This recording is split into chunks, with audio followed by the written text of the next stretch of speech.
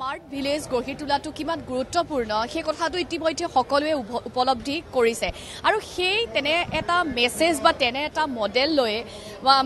Melbourne ইউনিভাৰ্চিটিৰ এগৰাকী প্ৰফেচৰে ইতিমধ্যে তেখেত অসমৰে হয় হেমন্ত দলৈ তেখেতৰ নামটো আৰু তেওঁ আচলতে অসম গভৰ্ণমেণ্টৰ লগত কলাবৰেশ্যন কৰিছে বা অসম গভৰ্ণমেণ্টক তেওঁ দেখুৱাব বিচাৰিছে যে কেনেধৰণে বৰ্তমান এই যিটো সমাজ ব্যৱস্থাৰ লগত খাপ খাব পৰাকৈ স্মাৰ্ট ভিলেজ গঢ়ি তুলিব পাৰি তেওঁৰ পৰা আমি সংক্ষিপ্ত কথাখিনি জানিম আপোনাক আমি স্বাগতম জনাইছো আৰু যেটো স্মাৰ্ট ভিলেজৰ কনসেপ্ট বা যেটো আপুনি ৰিসাৰ্চ কৰি আছে সেই ৰিসাৰ্চটোৰ বিষয়ে অকমান সংক্ষিপ্ত দৰ্শকক ক'ব থ্যাংক ইউ মই প্ৰথম কথা আপোনালোকৰ টিভিলৈ অভিনন্দন জনাইছো যে মোক আহি পেলাই আপোনালোকে বিচাৰি পাইছে আৰু মোৰ লগত এইখিনি কথাখিনি আপোনালোকে পাতিবলৈ আগবাঢ়ি আহিছে মই হেমন্ত দলৈ মই অৰিজিনেলি যোৰহাটৰ মই এতিয়া অষ্ট্ৰেলিয়াত থাকো মই অষ্ট্ৰেলিয়াত আজি প্ৰায় 25 বছৰ হ'ল আৰু মই ইউনিভাৰ্চিটি অফ মেলবৰ্ণৰ প্ৰফেচৰ মই তাতে কাম কৰোঁ মই আজি 8 বছৰমানৰ আগতে অসম গভৰ্ণমেণ্টৰ লগত এটা কলাবৰেটিভ প্ৰজেক্ট আৰম্ভ কৰিছিলোঁ যেতিয়া তৰুণ গগৈদেৱ আমাৰ চিফ মিনিষ্টাৰ আছিলে আৰু পিছত আমাৰ সাবসিকুৱেণ্টলি গভৰ্ণমেণ্ট সলনি হ'ল কিন্তু পিছৰ গভৰ্ণমেণ্টেও আমাক ছাপোৰ্ট কৰিলে সেই কলাবৰেশ্যনটো আমি কৰি পেলাই আমি কি কৰিছিলোঁ যে আমি আমাৰ গাঁওখিনি কেনেকৈ ডেভেলপ কৰিব পাৰি মই চিভিল ইঞ্জিনিয়াৰিঙৰ বেকগ্ৰাউণ্ড আৰু মই কনষ্ট্ৰাকশ্যন মেনেজমেণ্টত স্পেচিয়েলাইজ কৰিছোঁ সেইখিনি বেকগ্ৰাউণ্ডৰ পৰা আহি পেলাই মই আমাৰ মানে গাঁওখিনি কেনেকৈ ডেভেলপ কৰিব পাৰি তাৰ কাৰণে মই এটা R&D কৰিবলৈ ৰিচাৰ্চ এণ্ড ডেভেলপমেণ্টৰ কাৰণে মই এটা প্ৰজেক্ট অসম গভৰ্ণমেণ্টক বিচাৰিছিলোঁ আৰু তেওঁলোকে সেই প্ৰজেক্টটো মোক দিলে সেইটোৰ ওপৰত বেছ কৰি মই প্ৰথমতে কি কৰিছোঁ যে আমাৰ গাঁওবিলাকত কোন থাকে কেনেকুৱা ধৰণৰ অপৰচুনিটি আছে তাৰ কাৰণে আমি গাঁওবিলাকৰ ডাটাবিলাক গম পাব লাগিব মানুহবিলাক গম পাব লাগিব আমি আজি মানে এটা ডিজিটেল প্লেটফৰ্ম এটা ক্ৰিয়েট কৰি আমি মাজুলীত 39খন ভিলেজ লৈ পেলাই প্ৰথমতে আমি সেই মানুহবিলাকৰ এবাউট 2500 হাউচ হোল্ডছ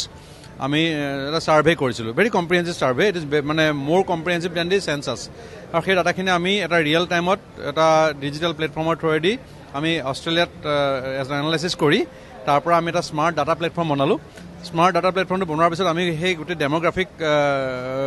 প্ৰফাইলটো গম পালোঁ যে সেই ভিলেজবিলাকত 39 ভিলেজত কোন কোন থাকে কেনেকুৱা ধৰণৰ মানুহ থাকে আৰু কেনেকুৱা ধৰণৰ প্ৰফাইলৰ মানুহ থাকে আৰু তেওঁলোকৰ কি নিডবিলাক আছে আমি নিড আৰু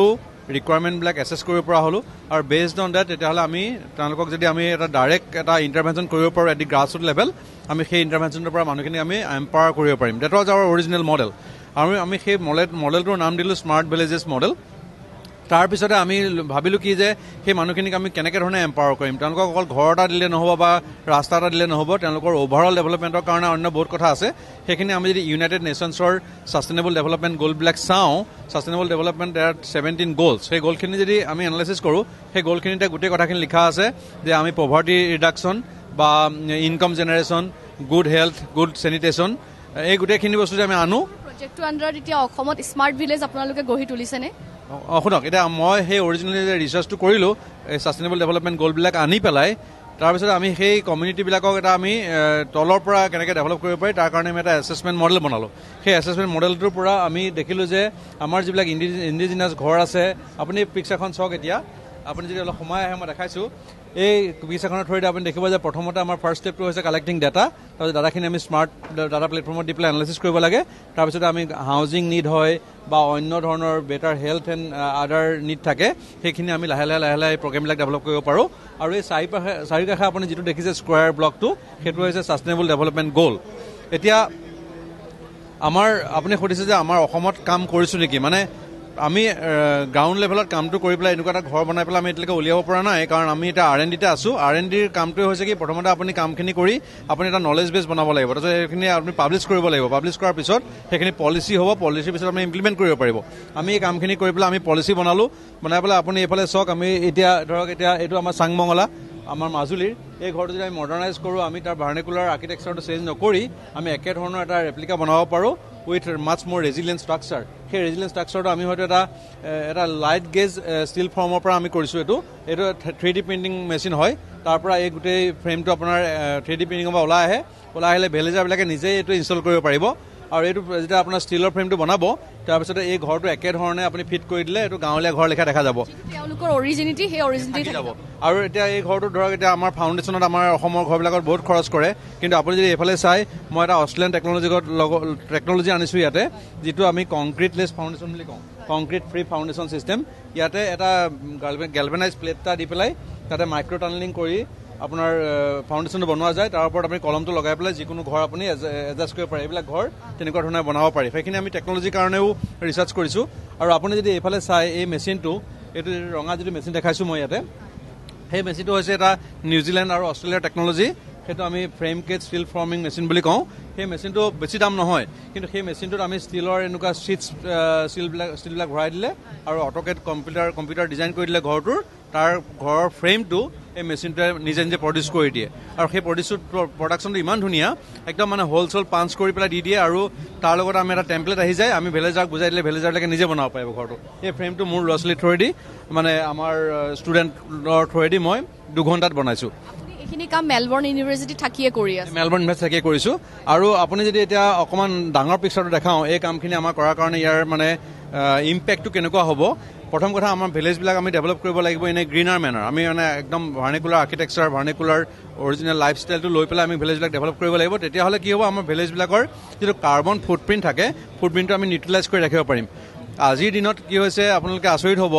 যে আমাৰ কনষ্ট্ৰাকশ্যন ইণ্ডাষ্ট্ৰি যিটো কনষ্ট্ৰাকশ্যন ইণ্ডাষ্ট্ৰি আমি ইউজ কৰোঁ ৰাস্তা পদূলি ঘৰ দুৱাৰ চিটিবিলাক বনাবৰ কাৰণে সেই কনষ্ট্ৰাকশ্যন ইণ্ডাষ্ট্ৰিটোৱে 37% কাৰ্বন ডাই অক্সাইড আমাৰ গ্ৰীণ হাউচত ইমিট কৰি আছে গতিকে কনষ্ট্ৰাকশ্যন ইণ্ডাষ্ট্ৰিটো ইমান এটা dirty industry in a way from the climate point of view সেইটো কনষ্ট্ৰাকশ্যন ইণ্ডাষ্ট্ৰিৰ কাৰণে আমাৰ আজি গ্ল'বেল ৱাৰ্মিংটো বহুত ৰেছপনচিবল মানে construction industry is very responsible for the global warming 37% আৰু আমাৰ গোটেই পৃথিৱীতে 8 বিলিয়ন মানুহ আছে 800 কোটি মানুহ আছে 800 কোটি মানুহৰ যদি চবকে যদি আমি ব্ৰিক আৰু মৰ্টাৰৰ এটা কংক্ৰিটৰ ঘৰ দিওঁ তেতিয়াহ'লে আমাৰ এই প্লেনেটটো আৰু আমি ৰাখিব নোৱাৰিম আজিৰ দিনত আপুনি যদি চাই এটা গ্ল'বেলি 1.8 বিলিয়ন পিপুলৰ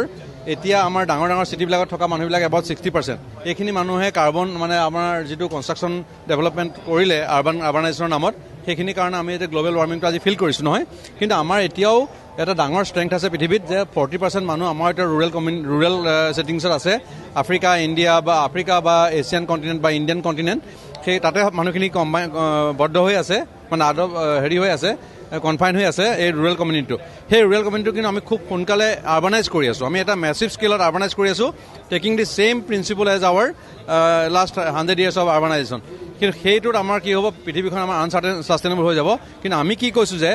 আপোনাৰ আৰ্বান আৰু ৰুৰেলৰ যিটো ডিভিজন আছে পৃথিৱীত ডিভিজনটো not a bad division it's a good division সেইকাৰণে আমি কৈছোঁ আমাৰ ৰিচাৰ্চৰ থ্ৰুৰে যে harmonising one planet living through urban rural shared মডেলটোহে আমাক লাগে আমাক এটা ক্লজিং এটা ওৱান কমিউনিটি ওৱান লিভিং নালাগে গতিকে আৰ্বান আৰু ৰুৰেলৰ নিজৰ পাৰ্পাছ আছে আৰু আমাৰ যদি আমি ইণ্ডিয়ান স্কেলটো চাওঁ আজি ইণ্ডিয়াত আমাৰ 1.6 বিলিয়ন পিপল থাকে 160 কৰোৰ মানুহ থাকে 160 কৰোৰ মানুহৰ good 70% people are in rural settings আৰু সেইখিনি about 15% of the global population সেই মানুহখিনি যদি আমি আজি ব্ৰিক আৰু মৰ্টাৰ দি ডেভেলপ কৰিবলৈ যাওঁ তেতিয়াহ'লে আমাৰ ইণ্ডিয়াই good enough to kill the planet কিন্তু আমি যদি অপজিট ছাইডটো চাওঁ সেই মানুহখিনি যদি আমি গ্ৰীণ হিচাপে ৰাখিব পাৰোঁ আমি যদি অৰিজিনেল কালচাৰ ডেভেলপ কৰিব পাৰোঁ তেতিয়াহ'লে আমাৰ ইণ্ডিয়াৰ পৰা আমি গোটেই পৃথিৱীখন ছেভ কৰি দিব পাৰোঁ